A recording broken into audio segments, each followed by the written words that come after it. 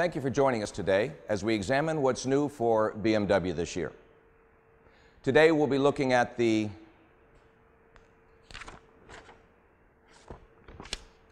(2012) 650i convertible. Assisting me is Nort. Many people have wondered, is the newly redesigned convertible as beautiful as they had hoped for? There's only one way to determine this. Tape measure. Through measurement.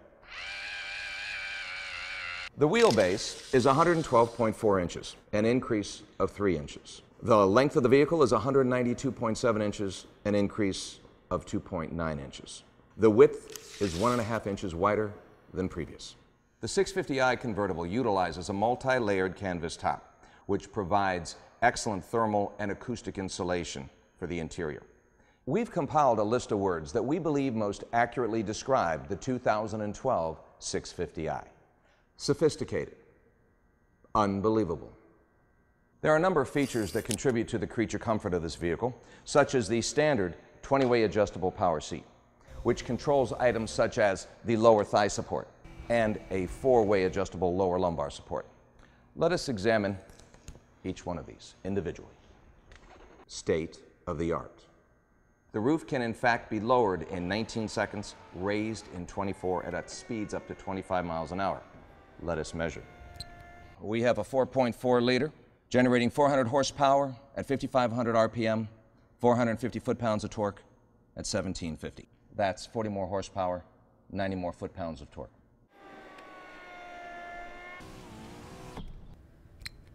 Intelligence. 5. 6.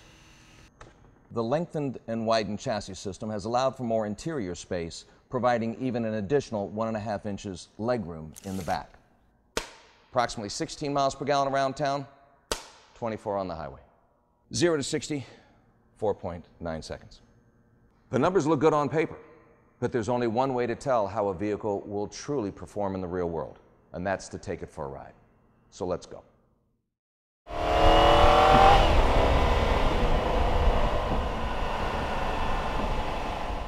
As you're driving the vehicle, you can't help but want to step on the gas and feel that 450 foot-pounds of torque at only 1,750 RPM. I mean, it launches you down the highway, and you have to be careful about that.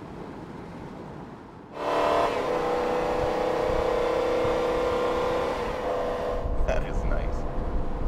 The 8-speed automatic is definitely an improvement over the old 6-speed because it just gives you a smoother shifting pattern.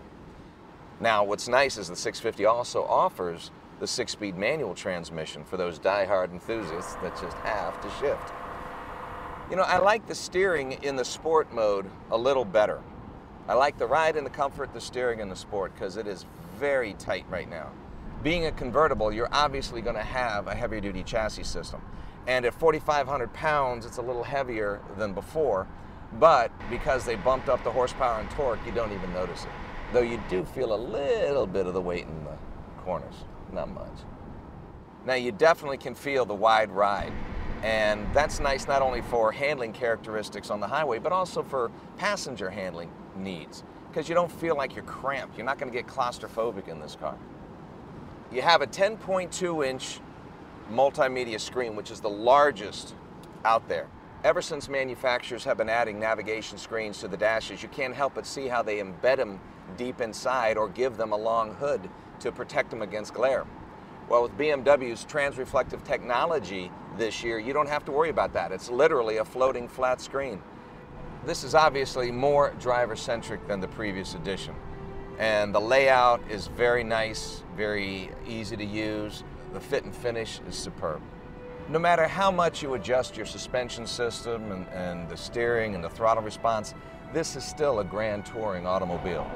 You can't help but appreciate the power underneath your foot that makes it feel like you can do no wrong.